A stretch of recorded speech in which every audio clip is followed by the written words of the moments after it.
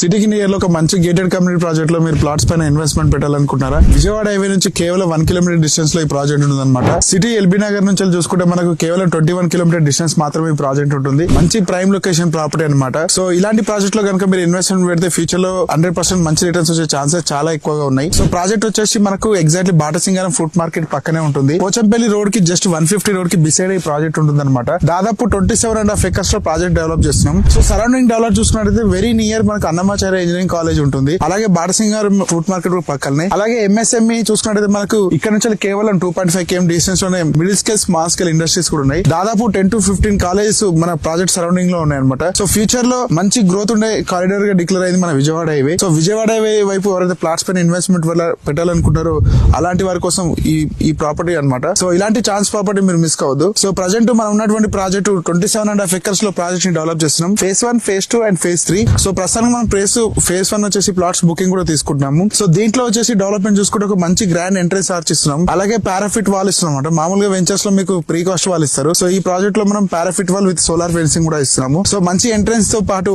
So gate కూడా వస్తుంది. So ఇందులో వచ్చేసి 30 and 40 ఫీట్ రోడ్స్ మనం బీటీ రోడ్స్ ఇస్తున్నాము. అలాగే ఎలక్ట్రిసిటీ కూడా ఇవ్వడం జరుగుతుంది. డ్రైనేజ్ అండ్ వాటర్ లైన్ కూడా ఇస్తున్నాము. Footpath tiles, avenue plantation, kerbing stone. So customer ఎవరైతే ప్లాట్ పర్చేస్ చేస్తారో వాళ్ళకి విత్ నేమ్ బోర్డ్ తో సహా మనం ప్లాట్ రిజిస్ట్రేషన్ అయిన తర్వాత నేమ్ బోర్డ్ కూడా ఇవ్వడం జరుగుతుంది డైరెక్షన్